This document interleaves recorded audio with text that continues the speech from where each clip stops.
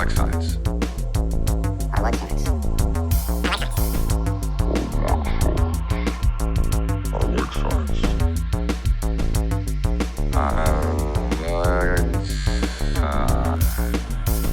Oh, you got on me about yawning, Shut up. and then you turn around and yawn. I can't control when I have to yawn. Right. I just waited for you to be done with your yawn before I started, and then apparently I caught your yawn. You sure did. So there. Hi, everyone. How are you? How was your holiday season if you do indeed celebrate? If you don't, hope you had a good week. Okay, Dave, you talk now. Oh, okay. I was leaving a gap for them to answer. Um, yeah. Happy return. We were just discussing before we hit record that this is episode 47, Yep, which is a Star Trek thing. yep. So many 47 references throughout Star Trek. Yep. If they have to use a number, might as well make it 47. There have been times where they've teased us, where they've gone to 46, but never gotten to 47. That was in Right. an episode of Discovery. Yeah, season 2. Stretchy, stretch. So today we're back in the world of Enterprise. Yep. Never left. Yeah, no, we haven't left. We just skipped ahead 3 years, and Yep. now we're in Now the we're Sphere on Builders Zindi thing. the USS Enterprise High School. This is a very high school episode of Enterprise. It is grown men acting like teenagers. Yeah. Well, men and women too, with the relationship stuff and the Yeah. jealousies, and it's just ugh. Yeah. It's it Yeah. it does move the plot forward slightly Mm-hmm. because the whole thing with the Zindi is they were told by the sphere builders, who they revere as some sort of gods, which they're not. Um, Basically, they wanted Earth out of the way because they didn't want anyone exploring in that area of space, so that they could make it their own. Because apparently, I don't remember exactly why the sphere builders are so desperate to find a way into our galaxy, but Right. it seems to me like maybe they squandered their resources and fucked everything up, and Mm-hmm. so now they're going to go somewhere else and, rinse and repeat. Yeah. But I They're don't remember invaders from specifically. another dimension. Yeah, they're assholes, is what Yep. they are. They are assholes. And yeah. So we don't really get a whole lot. In fact, we get no actual Zindi on screen in this episode. Okay. Mentioned, yes, but Right. not actually there. So what do we got here? What do we got? Starting out, we've got We've trip with another person, with another lady, gonna make a with lady. Anna She Kendrick. she's Anna Kendrick. We'll just call her Anna Kendrick I kept because I don't. expecting her to break out into some a cappella, I know, right? and it never happened. It never happened. It's so frustrating. She was just too good at being a Mako, I guess, to Yep. bother with such frivolous things as Not that. too busy to make out, though. No, not too busy to make out. And I'm just like, Trip, what the fuck are you doing? Yeah, it was weird because it was kind of a little red herring kind of cheat anyway when he's doing that acupressure, and then you're thinking, oh, it's DePaul, and they're doing the thing again, and then you zoom out and it's somebody else. You're like, wait a minute, Yeah, it's not this cool. Cole lady, Miss Yeah. Cole, No, Amanda she's Anna Cole. Kendrick. She's Anna Yes, Kendrick. Anna Kendrick. We're calling her Anna Kendrick. Doesn't matter what her Yep. actual character name is. And it is an aka awesome that they're trying to, she's there kind of separating Trip from to Paul, especially when the previous episode was that one where or one of the previous episodes is when they created a simulation, well, actually a clone of Trip, Mm-hmm. and then used him for organ harvesting, which is Yeah. extremely immoral, but we're dealing with Enterprise and they do that sort of shit all the time.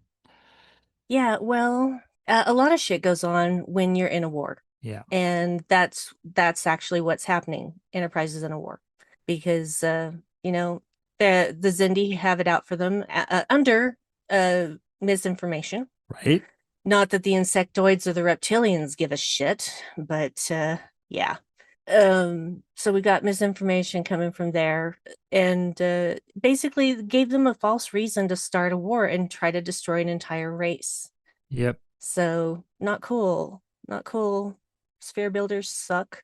Anyway, so yeah, and now we've got this rivalry between Hayes and Malcolm, and it's Malcolm. so Where does teenage Malcolm boy. Reed come off in this? Because yeah, I get the suspicion that his role on Enterprise is being undermined or usurped Mhm. because he's the head of security and you bring in this other like practically a paramilitary force you bring in and you start adding more training scenarios, training drills and new ways of doing things. And, Malcolm's head of security, he's the tactical guy.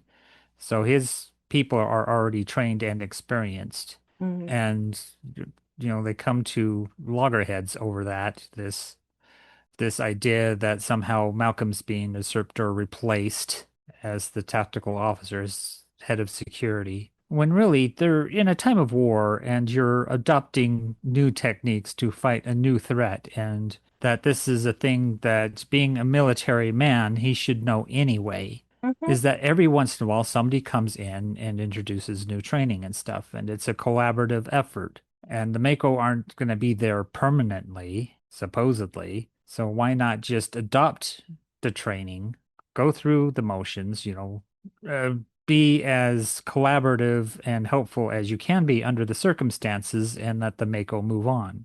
Yeah, well, that's the thing, though, is Malcolm already pissed in every corner of the Enterprise. So Yeah. Yeah, he there's really that. has. I mean, he just, yeah. But He takes also, it personally, and yeah, his ego is easily bruised. yeah, well, when you know his backstory, you can kind of understand why. Yeah, I suppose so. He was bullied a lot. His father was terrible, etc. But that's no excuse. That is no excuse for the way that he behaves in this episode and the way he has been behaving towards Hayes. And the things, it's to me, it's like the army coming in with a detachment of soldiers to support the Navy. That's the kind of rivalry that's going on here. It's like, Right. yes, they're all under the same banner, but they do things differently. They have different Yeah. ranks, all these differences. And God forbid we ever just learn to accept people's differences. So Well, this he is, even brings that up is that yeah, it's it's a different disciplinary thing, is that fighting in space is different than fighting on land. So why are these land fighters coming in and telling us how to fight? We yeah. already had fights with multiple species, and Captain Archer's like, "Yeah, well, so have they." Mm. And it's like, what is the downside of learning new techniques and incorporating those? And yeah, the loggerheads does come to the point where they're sparring against each other, and it's that my favorite murder thing is the toxic masculinity comes to ruin the party again, is that it's the only way they can resolve this is beating the shit out of one another. Mm-hmm. And somehow this is seen as the way that men can overcome their differences, is they just have to have it out and release that safety valve, that steam valve so they don't blow up just by beating each other senseless. Mm-hmm. And somehow everything's okay after that. That you can have a fist fight with somebody that you have differing opinions were, and then because you get that out of the way and you get a few black eyes and broken noses, you come away being like, if not, friends, then at least seeing more eye to eye. And it's like, does that really work? In most cases, I don't think so. I don't think that's how it goes in real life. And frankly, that I would not call that sparring. I would call that just straight up fighting. They Yeah, it were was a trying to full-on beat fight. they were trying to beat the shit out of each other. That's not sparring. Well, even with kidney punches and stuff, it's like, hey, that's kind of underhanded. Yeah. They were both being underhanded, and frankly, it's just like I don't give a shit about your rivalry. I don't. I never have. I never will. It's taking up precious time where we could be actually learning more interesting things about other characters. But Yeah. no, let's have the pissing contest. And Malcolm was fine with it as long as his team were doing okay in the Yeah. drills. It's only when the Makos started getting up an upper hand that he had a problem with it because it reflected on him. Yep. Again, his ego was bruised because his team was doing poorly, or at least in his own estimation, when even Mayweather was like, yeah, that was a good match. Yeah, I got in a few good licks and then you got me. That was well done. So Mayweather wasn't humiliated, Well, look at but Mayweather. For fuck's yeah, sake. I it's mean, his just arms in look at this. him. Yeah, but Reed was humiliated for him. He took that loss on his own shoulders because he's the team leader. And yeah, it's poor leadership. Yep. Yep. I kind of felt bad for Hayes. I mean, Hayes is can be insufferable at times, Well, but at he's the just same there time, to he's do a just there to do his job. job. Yeah, he's there to Yeah. do his job. But he does dig at Malcolm. Well, yeah, So wouldn't you? yeah, well, I mean, yeah. If when somebody somebody's was spitting doing in your that, face, eventually you got to spit back. But yeah, yeah, it's just even trying to carve out time to have the extra drills, 2 extra drills a week. That's all they're asking for. And Malcolm keeps moving them around to really inconvenient times yeah, because he's because dragging his feet. He's yeah, making it more difficult than it needs to be. He can yeah, just say, okay, these are the best times available. We'll go with those. But no, he's yeah. purposely making it difficult on Hayes. Well, and the thing is that a ship that size, even in this early time of Starfleet, you're not going to have everybody awake at the same time. No. You would have to do different classes at different times for the people on the night shift and the people on the Mhm. day shift. Well, I imagine that's maybe why they're doing 2 shifts a week, is maybe it's a drill, one drill per week, but they do it in shifts. So the people that aren't available for the one can be available for the second one. Yeah, I would like to believe that, except we never see a different one. Yeah, well, yeah, because all the main people we're concerned about Yeah, are in one shift, yeah. or that's what it seems like. Yeah.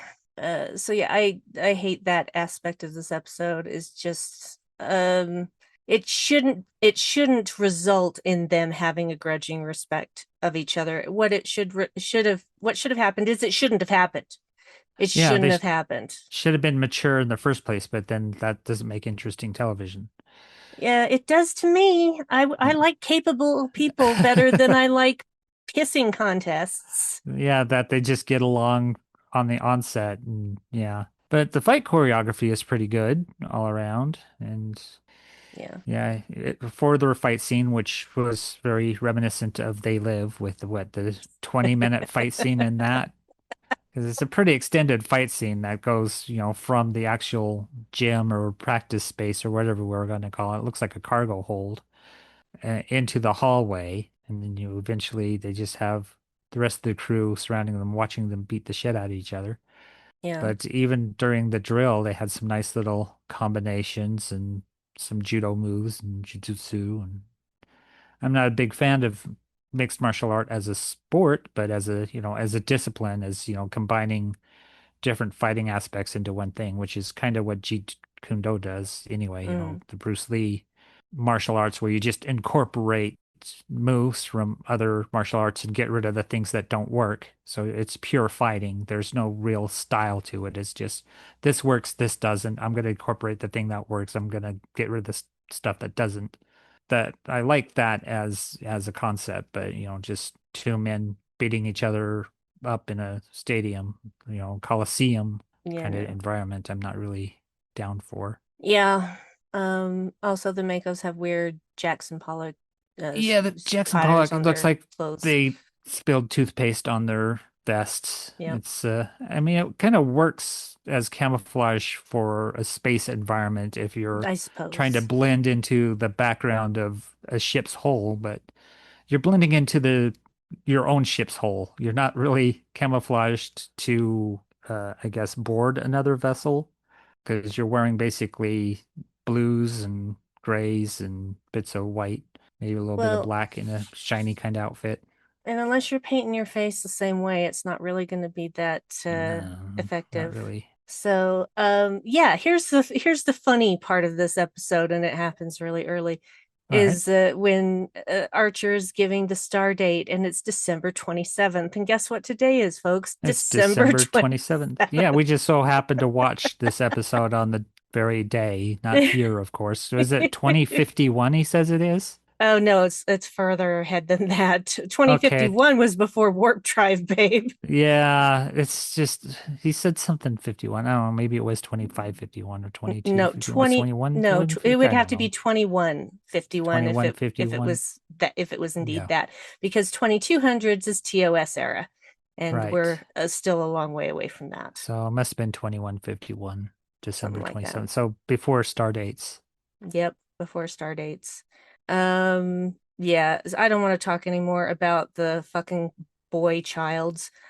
Well, yeah, Um, I think we took care of that other than Tim and Chip sitting down and both yeah. of them elaborating on the kind of childish aspect of their storylines, their plots. Mm, yeah. So, uh, and it's clear that that DePaul is jealous Oh, that yeah. Trip is doing the acupressure with someone else, and it's a female. Yep. And yeah. Well, as soon as Phlox tells her is that Amanda's Cole or Anna Kendrick has come in with headaches, Hmm. and there doesn't seem to be anything else wrong with her, that it must be this poorly applied acupressure, that this might be a result from that. And DePaul has to admit that, yeah, it could lead to headaches if it's done improperly. And of Which course, the is, jealousy that, yeah. Trip is doing this with somebody else, unsupervised. Well, that's the thing. It's like he talks about that he's been doing this for a couple of months. I'm sorry, a couple of months does not give you the experience that you need to start doing that on somebody else. Well, it's the confidence of a mediocre white male. Is that you've had 2 months of experience doing something that somehow that makes you think you're an expert when you're not. Yep. You're not No. qualified to do that. Nope. Nope. You should only do that under supervision with somebody who can tell you when you are applying it properly or improperly. Yeah, and the thing is that when they first started out, DePaul refused more time, more than one time at first, because she's like, there's no way to know exactly how this will work on a human. Hmm. And, she did it trepidatiously, and she was very careful. But yeah, Trip, being, white man, didn't think about any of that. He just wanted to help, quote unquote, Anna Kendrick. And So it gets a kiss out of it. yeah, he does get a kiss out of And it. we find out So that he and Anna Kendrick have a lot in common, both from Florida, and they grew up kilometers apart, were rival high schools, I guess, yep, would eat at the same restaurants, that sort of thing. yeah. And this But is, just a never really shared cross paths. experience that he and T'Pol do not have because they're worlds apart. They come from different worlds, literally, and their cultures are distinct. But even so, there is an attraction there that they're both kind of fighting against and unwilling to admit to. Yeah. Um, yeah, let's just finish off the whole Trip into Paul thing, because then we can talk about the actual supposed plot Right. The main storyline of that this kind of is in the episode. background of all this other stuff happening. Yeah. So yeah, T'Pol does talk to Trip about the whole thing. And that's when things start to get heated, except, T'Pol is like, she's suppressing everything. So she doesn't seem like she's heated, but she's heated Yeah. on the Well, inside. And yeah. so they Well, he have even notes that her voice tenses when mhm, she's talking about not being jealous, and she yeah. clearly is. Yeah, she is. And finally things get to their boiling point, and they gonna fuck. Yeah, T'Pol does the initiating. She Mm-hmm. basically lunges at him and starts kissing him. Yeah. And And then of course there's the almost full nude backside. Ugh, yeah, she disrobes. gross. You see her butt crack. Yep.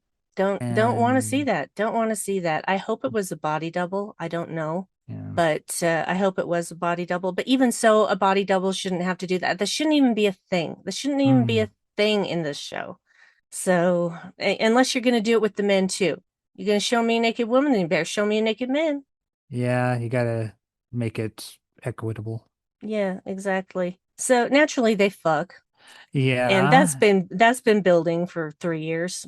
And of course, the day after, she doesn't want to talk about it. Trip does. Hmm. She makes reference that it was basically an experiment in her learning about human cultures and human sexuality was part of that. And of course, that hurts his feelings because he doesn't want to be treated as a lab rat, that this was a genuine attraction on his part for her, and he thought that was vice versa. Hmm. And, to have her in rather a coy manner because she's nursing a cup of tea or whatever Yes, she's drinking.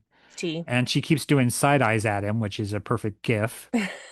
Somebody who's being a little bit cheeky. She's like Hmm. sipping from this cup, just kind of eyeing at him in a odd manner. Yep. And he admits that, that maybe they should just forget this ever happened, and she agrees, but they won't stop the acupressure treatments, that they'll continue on that. But we know where that's going to lead because it's going to be physical touch. We already know they're attracted to each other. They already know that, they're they have been sexually involved. So what's to prevent one thing leading to another in future acupressure?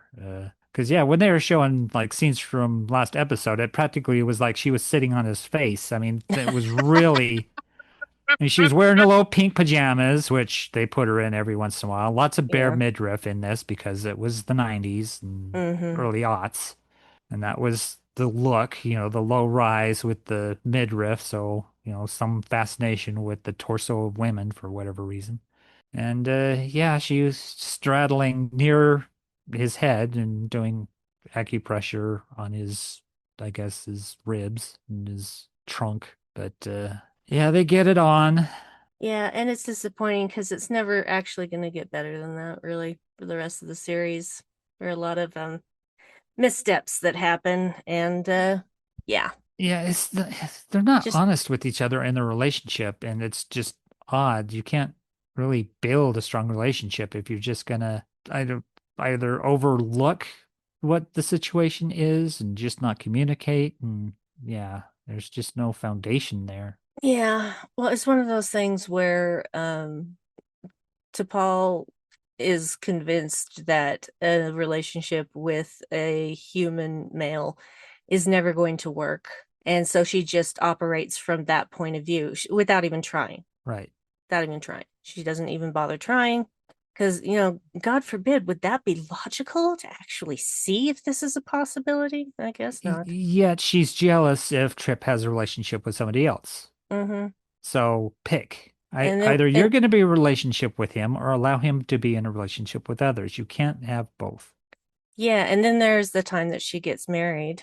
Right. That's, yeah, I Yeah. think Greatest Trek recently reviewed that episode.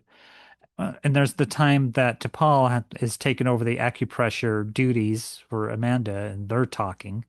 So it's a Bechdel fail if there ever was one, Hmm. where there's two ladies in a room and practically all they're talking about is Trip. Yep. And, their Disappointing. relationship is like, why wouldn't you be attracted in Trip? He's a nice guy. We have a lot in common. He seems very sweet. He's a gentleman, etc., etc. And either knowingly or unknowingly, DePaul gets a little rough with the acupressure and actually causes a little bit of pain or discomfort. She might have slipped. Wink, Yeah, wink. wink, wink. Yeah. So Main that's storyline? that's a train wreck. Okay, so the main storyline, right.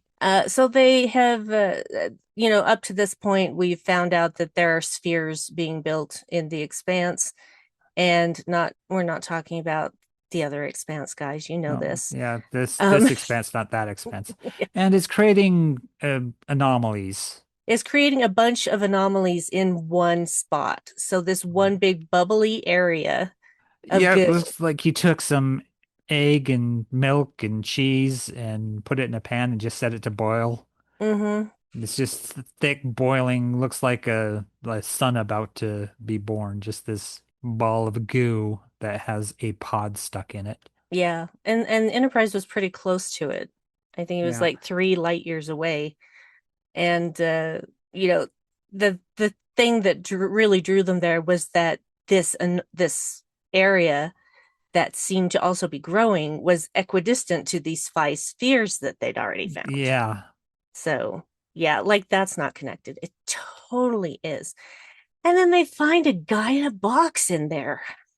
Yeah, he's a pod. He's got all these monofilament light up cables stuck to him. They're not stuck to him, they're around him. Yeah, I thought they were like plugged into him to read and monitor his like an EKG kind of thing Yeah, but if that you they're actually stuck in look him. at him when they Uh-huh. first find him and pull him out, he's not attached to them. He's not attached to any of them. No, they're there as monitors, yes, but Yep. they don't have to be attached to him to do it because the sphere builders, I guess, are so advanced. Yep.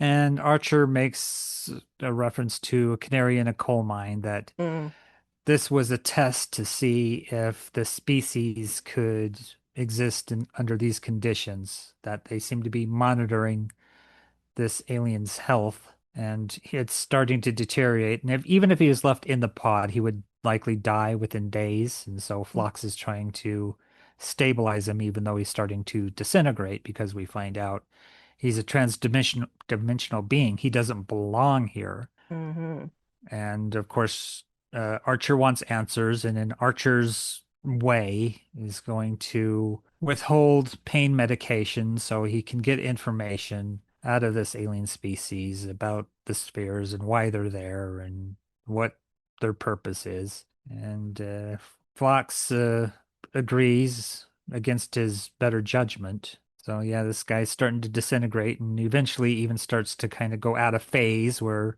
the hand would lose visibility as it seems to, phase out of our reality, possibly into another, Yeah. which also allows Well, him to go through walls and shit.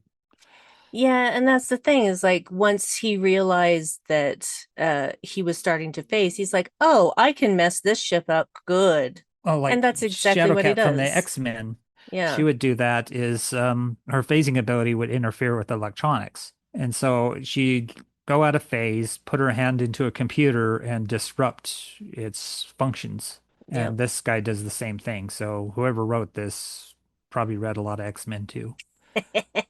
Yeah, and he tries to fuck up the warp core Yeah. and basically blow the ship up. So I guess he wasn't such a, what's the word I'm looking for here?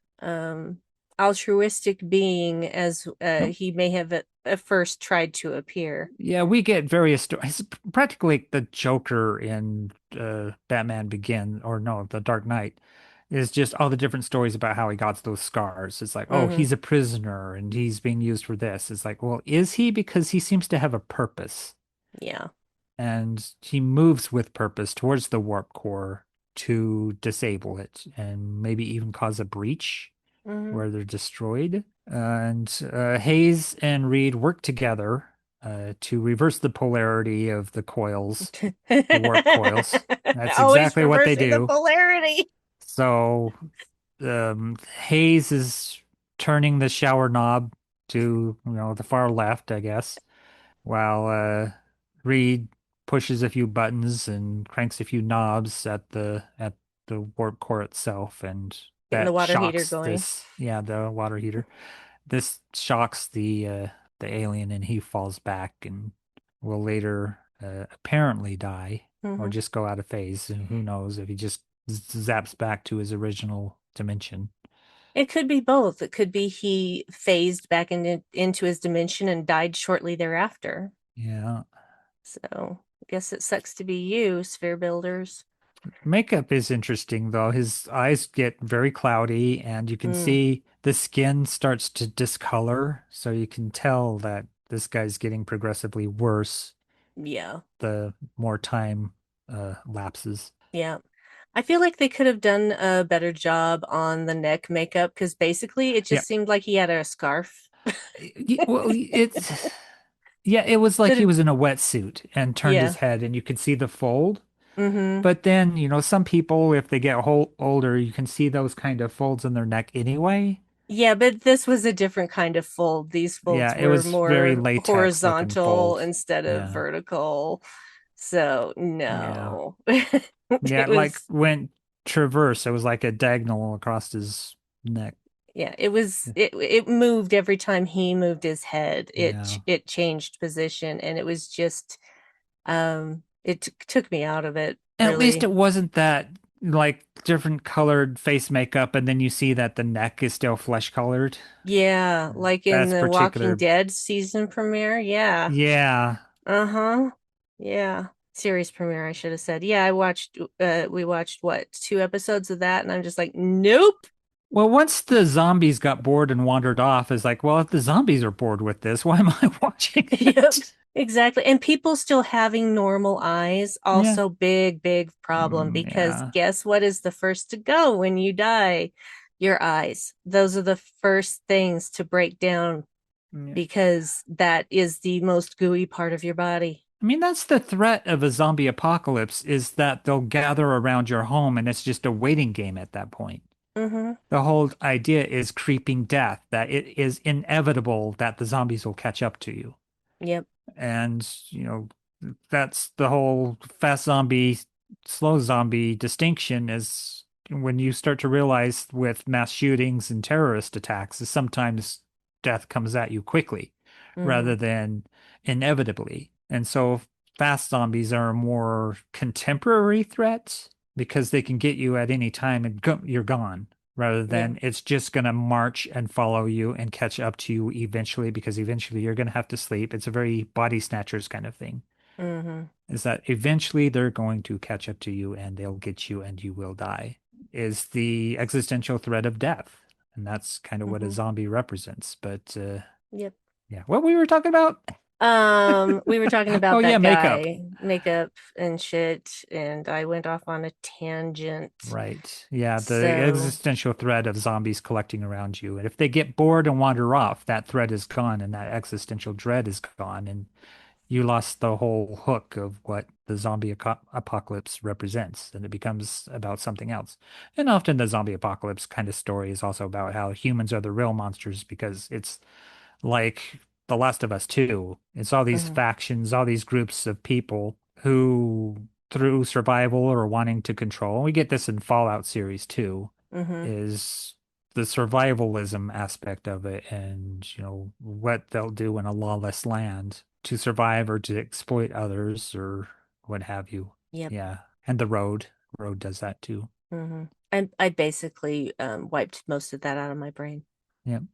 Well, at least it kind of has a little sliver of hope with, do you Yeah, carry the yeah, fire? yeah, The fire of empathy and humanity and decency and what humanity can represent. yeah, but Yeah, probably won't. but might not. Yeah. All right, so I So let's think see. we covered most of this. Yeah, I'm just gonna speak out some of my weird notes that I put All right, down. weird notes it is. Uh, no drums in the main theme song, please. It sucks. Well, it's a very Uh, country western kind of that wooden rim shot kind of yeah, percussion, I hate it. and it just doesn't work. Yeah. Let's see, what else did we have here? We already talked about Uh, the toothpaste on the vest for the we already Mako talked about camouflage. that. I did write down Jesus, Travis's arms. Yeah, Travis's arms are a buff. Holy fuck, that guy Well, is most of them real. are pretty built. I mean, Yeah. the ladies and the men Mm-hmm. are well sculpted. Yeah. Um, what was another funny thing I wrote down? Oh, it was something that you said. Space jeans. Oh, when they were gonna spar, Hayes comes in and removes his jacket, and you see a belt around what looks like the belt loops of jeans. So it looked like he was just Yeah. wearing jeans and about to get in a barroom brawl. It was also funny when Archer is chewing them out and then leaves and doesn't dismiss them. And so they're just standing in his quarters going, You think we're uh, dismissed? are we dismissed because he didn't dismiss us? Are we just going to stand here until he comes back? I would go with no on that because they are grown men who can figure Yep. out that uh Archer is off on an emergency situation because of the shit going on with the sphere builder, and he's not coming back anytime soon. And why did Archer get the worst quarters? I know, right? Because it's so cramped, it's small. He's got the bulkheads there. He's got beams. He's got to move his head around. Yeah, I It's wanted like, a do you really view. want to put your maybe it does have a great view, but if you're going to be hitting your head half the time, Yeah. and there's a weird desk that jets out into the middle of the room, so when you come inside, you run your groin right into the corner of it. Yeah, and don't step on the dog. I mean, Yeah, it's just tiny. yeah. It's tiny and it smells of dog. I mean, that whole his whole quarters, like including bed and everything, is smaller than Picard's ready room. Yeah, I It's mean, if you just look at to Paul's room or Trip's room or yeah, anybody else's room, it's like, why anybody is the else's room. captain? It's like was an early design for the rooms of the ship, and then they just moved past it. And it's like, why is he in the worst room? It's like they moved him into a closet, Yep. like a maintenance closet, where they keep Yeah. the broom and the mop. It's weird. It's weird. So yeah, there we go. There's not a whole lot more to cover because of course this is an episode in a season that is very one big story, very much one big story. And Right. so there aren't a lot of good places to stop. I mean, there are certain things that carry the overall plot along. But a lot of the things that happen in this episode is stuff that's been going on for a while and is now coming to a head.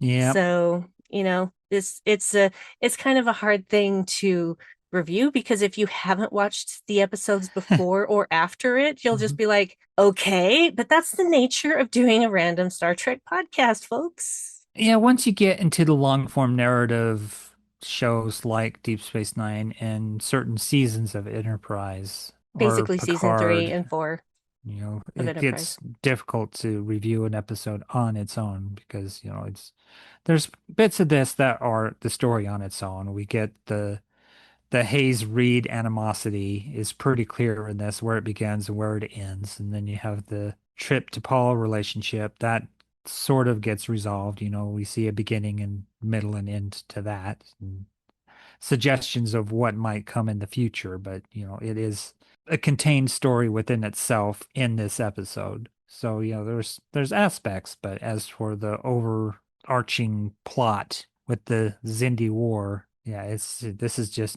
a little slice of that. Yeah. But it's a disturbing slice of that because now they finally realize what the spheres are for Right. because it's basically supplanting our universe with theirs. Yeah. Because I'm guessing, I can't remember exactly the reasons, but it feels like they fucked up. And so now they have to find a new universe to live in.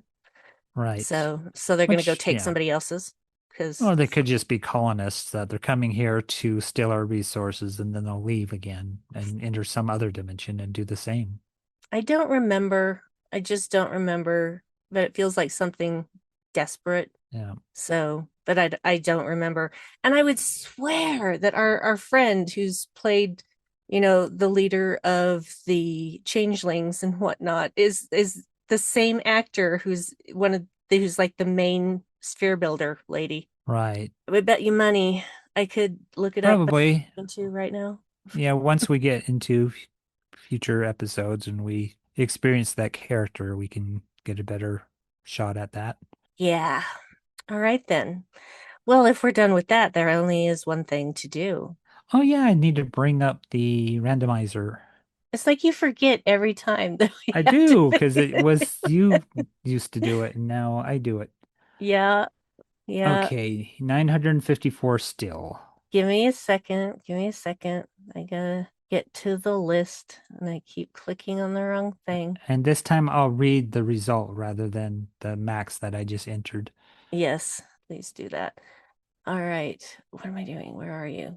What have I done? There it is. Okay, I am ready. All right, so this could be any number. Watch it be Enterprise again. That'd be pretty funny. It is 754. 754. Sounds like Enterprise again. Yep, that's what happens when you randomize.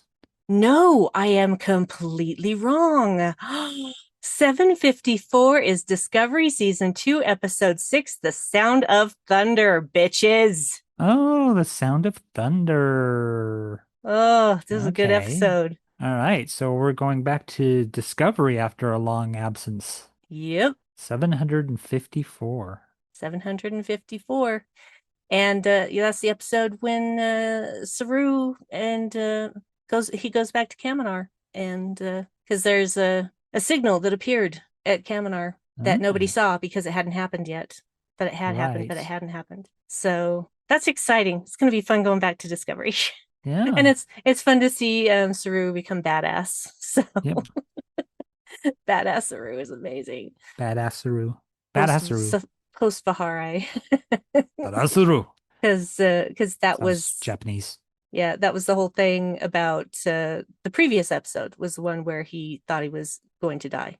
That was the Right. O-ball for Karen. So not Karen, but Karen. Karan. Um, if I keep As in saying it, Karen. the ferryman that delivers you across Yeah, the river Styx to Hades, the underworld. and he requires a coin from you, you Yep. see. So actually the O-ball for Karen, Karan. Karen, Karon. Karen. Karon. An Oboe for Charon was actually 2 episodes ago because Saints of Imperfection was in between that. But then, yeah, Right. this is Sound of Thunder. I'm excited. I love this episode. Can't wait to talk about it because it's fun Right. and kick ass. And this is about the time that a lot of people started to suspect that the Red Angel was Michael. So, oh, Yep. by the way, I guess spoiler there: the Red Angel is Michael. Well, if you're listening to this, you've probably already watched Star Trek because we're all over the Yeah, place. And if this yeah. is not your typical watch No, along podcast, it's we not assume you've probably seen all the episodes of Star Trek because otherwise, if you're watching along, you're getting kind of a piecemeal feeding of the whole Star Trek universe. franchise, Yeah. universe. And in a few weeks, we're going to be starting adding to the list again Yeah, with because some Starfleet Academy. yeah, that we still need to catch up on some screeners. Yeah, Maybe another episode for dinner. yep, that'd be fun. Yeah. I'm down with that plan. All Yep. right then, folks, you have your assignment. Season 2 of Discovery, episode 6, not Saints of Imperfection. That was episode 5. And Sound of Thunder? Sound of We Thunder. just So mentioned it you see, several times. Saints and sounds as S's, and Right. I have ADHD. Sorry, guys. So yeah, the Sound of Thunder, The Sound of and Thunder. Sound of Thunder, Ah. and I'm looking forward to it. Right. It'll be a joy, especially now having met Doug Jones in person. It's Right. even more of a joy to watch him. So, all right, folks. Just before we go into anything else, we're going to say thank you, Dan, for the use of your spreadsheet. Right. And thank you, Patrick, for being awesome. And we've been friends for like 8 years now. Wow. Patrick told me the other day, I'm like, holy shit, really? It's been Yeah. that long? Yeah. And thanks to Star Tim Trek for family. being Tim and Yep. being a great fan in the UK. And Dave, do you have anything you want to tell people? Find us on Blue Sky, Shield Modulation. If you don't want to listen through Apple or through Spotify, you can go to Hear This. Under DJ Evil Dave, you'll find Shield Modulation. You'll find me most places under DJ Evil Dave, Tumblr, YouTube, Blue Sky, Hear This, Letterboxd. I think I'm that on Bandcamp too. So it's moniker you'll find me pretty much anywhere. I don't really use Mastodon anymore because just the Fediverse wasn't working really. Mm-hmm. I think it would work within, small communities and stuff, but, reaching out to a broader audience doesn't quite work. Got for Christmas DJ Studio. I've been playing around with that, making some mashups. That's been a lot of fun. Built Brandy a couple of playlists, built myself a playlist. Might work on another playlist after this. He's having a good time, guys. Yeah, I've been having a good time. I found a discount code, so I knocked 30% off the price in the first place, and plus it was knocked down for like a Christmas sale. So I got it for a steal, really, I think, for what it offers. Because, Mm. yeah, you can input tracks, it'll figure out the BPM and the key for you. You can put them into a mix by harmonizing them, and it'll do an auto playlist, and then you can go and tweak it. So if you want to change your transitions, you can do so. If you mashups, you can break out a song into multiple stems, which is your drums, your bass, your melody, your vocals, and so you can swap those around. First mashup I did, of course, was Down In It by Nine Inch Nails with Dig It by Skinny Puppy, because Trent Reznor flat out says Down In It was inspired by Dig It. They're very similar. Even the samples are very similar. It's just even the beat, a lot of it's similar, so they overlay well. And so I had fun doing that and mixing and matching and bringing in the drums from one and bringing in the bass from another, and separating the vocals in different spots. So, bits of one song will come in, bits of one song will, fall out. And yeah, I had a lot of fun doing that. Cool. How about yourself? Just because it came up while we were talking about this episode, guys, if you haven't watched the series The Expanse, please go do that. Yeah, It's amazing. if you want hard science fiction, that's the way to go, because the Mhm. way they do space travel and reaching, close to light speed, not light speed, but, close to it, the things Yeah. they have to do to travel at accelerated rates, so that they Mhm. don't black out Or die. or die. And Yeah. with, the spacers themselves and growing up on an asteroid belt with lesser gravity. And so when they go onto a world with gravity, how painful it is, because they're not used to holding up their own weight. Hmm. Yep. And space Mormons going off on a space pilgrimage Seriously, to no space joke. promised land. They are literally Mormons. Yeah. They call themselves Mormons. That's not just a joke. Yeah, their ship It's- even looks like a tabernacle. It looks like a temple. it looks like a Yeah. temple. Yeah. Oh, it's a fascinating series, and it it hasn't even covered all of the books. Yeah. So, but even so, it's a beautiful series. It's a hard series. It's a really amazing sci-fi series, and I think that you should watch it. Yep. So, and yeah, I don't really have anything else to talk Yeah. about. Yeah. I mean, this episode is what it is. It is what it is. Yeah. we talked about as much as we can, other than I guess Phlox is really entertaining in this. Phlox is entertaining always. Yep. Always. I mean, granted, he has a tendency to kind of look the other way when Archer wants something. It depends. There are times where he has fought back hard. Yeah. So, Yeah. yeah. Anyway, so see you next week, metaphorically, and go watch The Sound of Thunder, and we'll meet back here in approximately the same time, but definitely the same day of the week. Yep. Back to Discovery. Yep. Okay, bye. Bye. Yeah.